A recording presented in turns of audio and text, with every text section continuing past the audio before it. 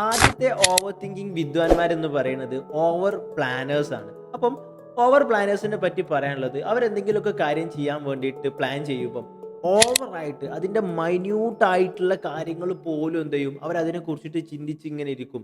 It's A good quality. But ഇതിലൊരു പ്രശ്നം എന്താണെന്ന് വെച്ചാൽ അവർ ആ മൈന്യൂട്ട് ആയിട്ടുള്ള കാര്യങ്ങളിലേക്കൊക്കെ ഫോക്കസ് ചെയ്യുന്ന പോലെ തന്നെ അവർ ഫോക്കസ് ചെയ്യുന്ന ഒരു സംഭവം അതിൻ്റെ ഔട്ട്കം അതിൻ്റെ റിസൾട്ടിലേക്കായിരിക്കും എന്നുള്ളതാണ്.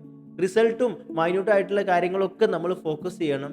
ബട്ട് എന്ത് ചെയ്യുന്നില്ല, അവരതിലേക്കുള്ള ആക്ഷൻസ് കൂടി എടുക്കുന്നില്ല എന്നുള്ളതാണ്. അതുകൊണ്ട് തന്നെ നിങ്ങളൊരു ഓവർ പ്ലാനർ ആണെന്നുണ്ടെങ്കിൽ നിങ്ങൾക്ക് ചെയ്യാൻ പറ്റുന്ന ഒരു സംഭവമാണ് എന്ത്, കുറച്ചുകൂടി ഫ്ലെക്സിബിൾ ആവാൻ വേണ്ടിയിട്ട് ശ്രമിക്കുക, കുറച്ചുകൂടി അഡാപ്റ്റബിൾ ആവാൻ വേണ്ടിയിട്ട് ശ്രമിക്കുക. നമ്മൾ മനസ്സിലാക്കേണ്ട ഒരു സംഭവം, എല്ലാ കാര്യങ്ങളും നമ്മളെ കൺട്രോളിലല്ല. അതായത് എല്ലാ കാര്യങ്ങളും നമുക്ക് പ്രെഡിക്റ്റ് ചെയ്യാനൊന്നും പറ്റിക്കോണമെന്നില്ല. ഈവൻ നമ്മളെ ശ്വാസം ഔട്ട് ഓഫ് നമ്മളെ കൺട്രോളാണ്. നമ്മളെ ഹാർട്ട് ബീറ്റ് ചെയ്യുന്നത്, നമ്മളെ ഉള്ളിലുള്ള ഒരുപാട് സംഗതികൾ എന്താണ് നമ്മളെ കൺട്രോളിലല്ല, നമുക്കത് പ്രെഡിക്റ്റ് ചെയ്യാൻ വേണ്ടിയിട്ട് പറ്റുന്നതല്ല.